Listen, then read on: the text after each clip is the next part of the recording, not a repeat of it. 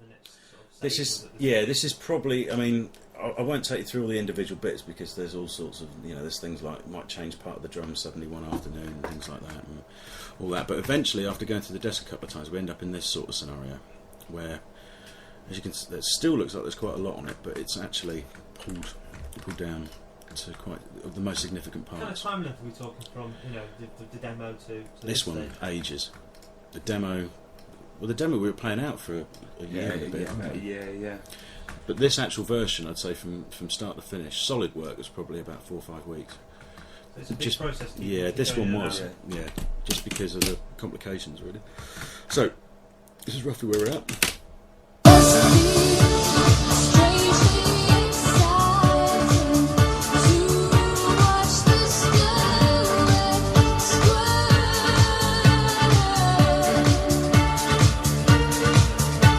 Okay, take you through the bits. Kick drum's still separate.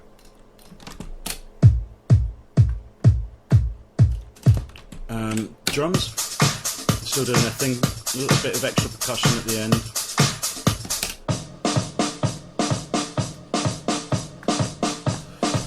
Silly noises. Oh, claps and delays. There's some more silly. Now you hear it pumping against everything. It's just side chaining, the thing that's sort of everyone's up to at the moment. And what we've always done, even though strangely it's not on this one, we run a blank track at the top of the arrange page with a kick drum in it, just completely 4/4. I'll just pop one in. Same kick drum, same groove. Exactly the same kick drum. That's really important because otherwise what you're going to be doing is sidechain compression, and if it's not the same kick drum, it will cause problems with. You just use the sidechain compression logic, or yeah, it's brilliant. It's absolutely. I've tried all sorts of other things to see if you can get anything else to do the same thing, but it doesn't work the same. Whereas, yeah, for some reason that compressor just works. Whoever designed that was a genius, to be honest, because it's without. I mean, that's the most used plugin I think that we have. It's on everything. It normally goes. Vocals, it's brilliant if you just turn it on and just take the attack and release short and just pump it a little bit. Sounds great. Bass, which is also compressed a little bit against the kick drum, or the kick drum trigger at the top. Our piano's still there.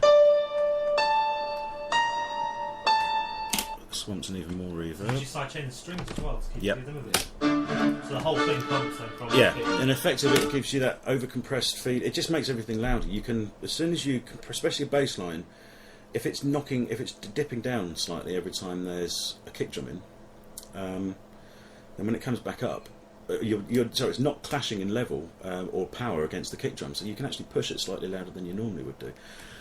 And I can show you a radical example. Let's take the drums.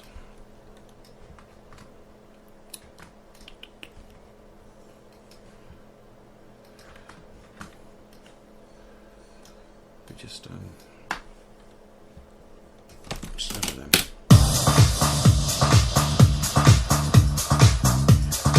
Right. Now it's already been slightly compressed against it, but let's stick the Logic compressor in. Trigger off our side chain.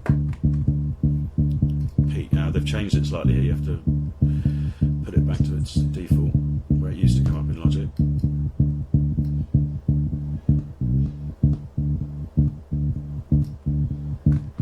And you can hear it start to pump against it. If I unsolo it,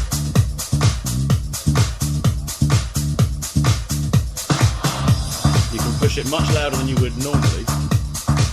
You can actually push the whole thing much louder than you would normally against the kick drum, which means everything's going to be slightly louder, which is great. If we take something more, let's take the strings.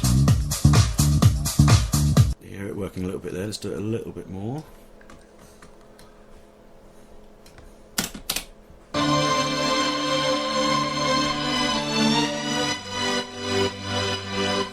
So that's extreme. But it's a sound that everyone's started to get used to in club music now.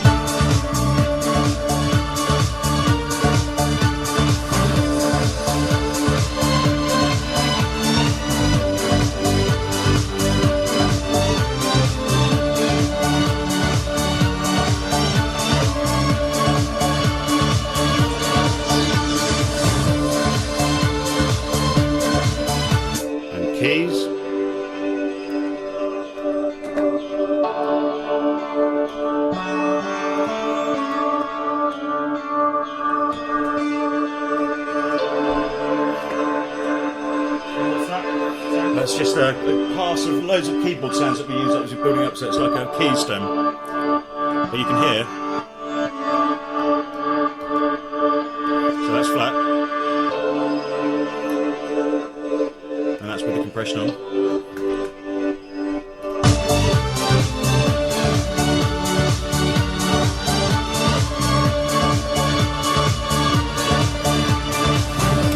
I mean, Daft Punk and really started it, I think. Yeah.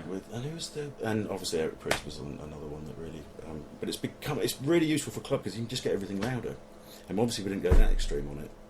The most important thing that people always get wrong though is the release time, and that's a thing that people generally get wrong with compressors anyway. Anything that's got a time is obviously it's got a function. It's got a time function as well. So if it's not working in time to your record, then there's going to be a problem. And people make all sorts of mistakes over the release time with compressors, which is why normally there's an automatic button that sort of covers a multitude of sins. But for something like that, the way it releases is the amount of release that you have determines the time that the sound's sucking back up.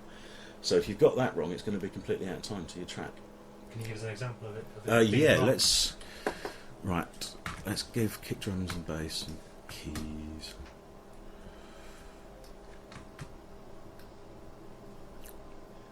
I wish I knew how the zoom worked on this new one.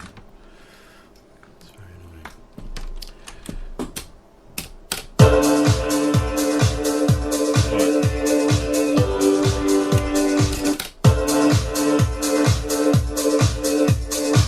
So there's compression in. If I now change release too quickly, sort of feels like it's rushing a bit.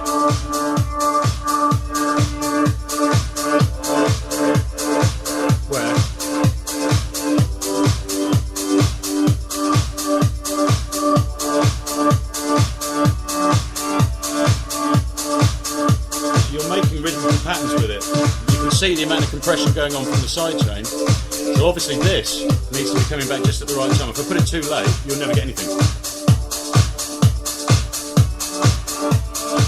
See, there it sounds awkward.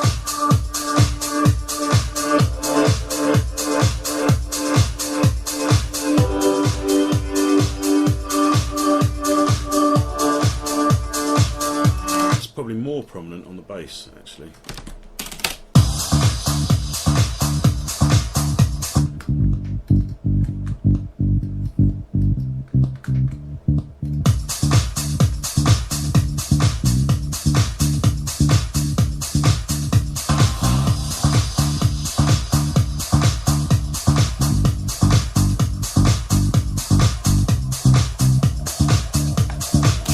All sounds quite good.